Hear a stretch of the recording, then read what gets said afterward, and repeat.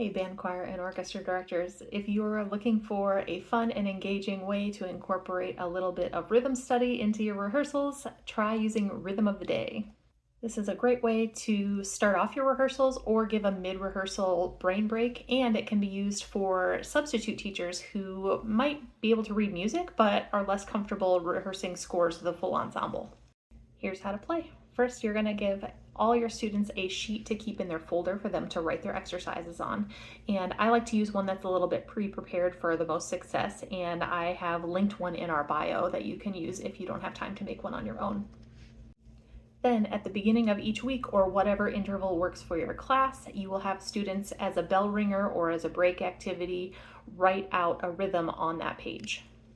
My main tip for this is to include parameters. So you can say it needs to be 2 measures long and it's a time signature of 4/4, and here are the note values that you can use, and write those on the board. So if I have a group of beginners, I might have them only use half notes and quarter notes and the accompanying rests. Obviously, if your students are more advanced, you can get broader with the parameters. So you might be able to say this is going to be in 6/8, it's 4 measures long, and you can use dotted quarter, dotted half, eighth, and 16th rhythms and those accompanying rests. Whatever your rules are, make sure they're clearly marked on your projector or your board.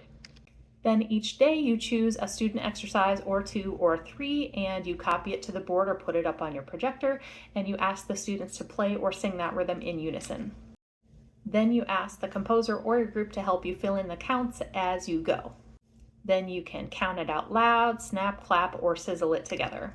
There are so many benefits to this. Students are composing, they're utilizing their rhythmic comprehension, and they're holding themselves accountable for their own rhythmic learning.